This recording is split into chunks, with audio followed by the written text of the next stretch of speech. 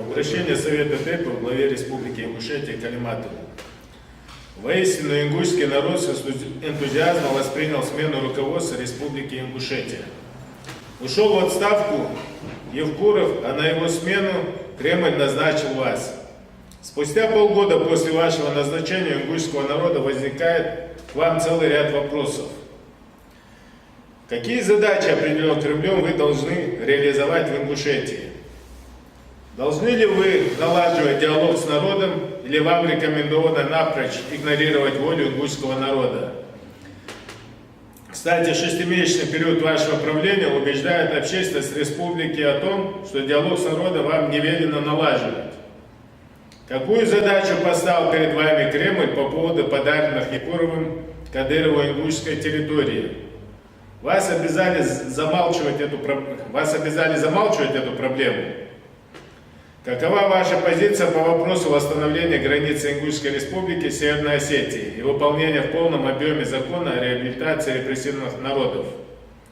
Какова ваша позиция в отношении 11 статьи Конституции Республики Ингушетия? Лукавили ли вы, когда произносили клятву, возложив руки на Конституцию РИ при вступлении в должность главы Республики Ингушетия? На днях вы провели совещание по вопросам борьбы с коррупцией. Так касается ли это борьба вашего семейства, конкретно ваших племянников?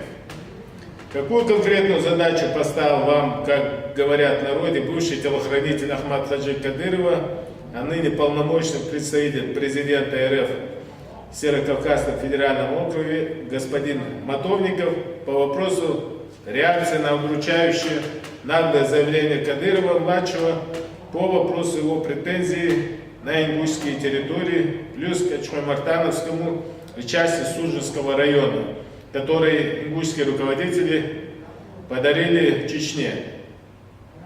Существует ли хоть какой-то маломальский значительный политический вопрос, который вам позволено реализовывать без разрешения на его реализацию господина Матовникова?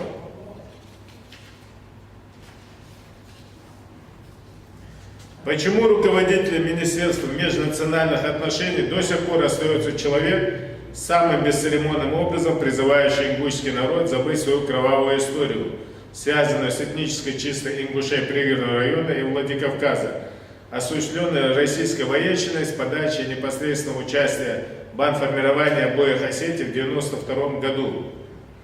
Какова ваша позиция по вопросу уничтожения памятников архитектуры в Горной Ингушетии с участием или с прямого попустительства пограничников, которые расположили свои погранзаставы в удалении от грузинской границы на 30 и более километров? Какой вам видится перспектива замены осетинских пограничников на пограничников ингушской национальности? Как вы расцениваете обращение ингушских полицейских к руководству МВД России по вопросу назначения министром внутренних дел по Ингушетии из числа граждан ингушской национальности?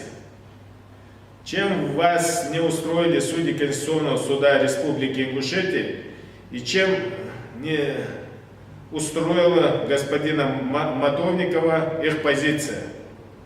Не задумывались ли вы о том, что отказавшемуся в столь щекотливой политической ситуации, уважающему себя политику, надлежало бы в знак протеста уйти в отставку? Завершаем свое обращение к вам, Махмуд Али Макшарипович, не вопросом, а более чем кратким изложением позиции ингушского народа по всем обозначенным проблемам. Ингушский народ никогда ни при каких обстоятельствах не смирится с беззаконием. Ингушский народ ни при каких обстоятельствах не перестанет вести борьбу за целостность Ингушетии, как то закреплено в нашей Конституции. Ингушский народ неуклонно будет стремиться к сохранению, познанию своей древней истории. Ингушский народ будет доступными правовыми средствами добиваться социальной справедливости. И, наконец, ингушский народ умел и умеет ценить своих героев-патриотов так же, как он умеет предавать всеобщему презрению антигероев из числа как своей национальности, так и из числа соседних народов. Совет ТЭПов родов Республики Ингушетия, исполняющий обязанности председателя Совета ТЭПов Мурат Даскиев, 31 декабря 2019 года.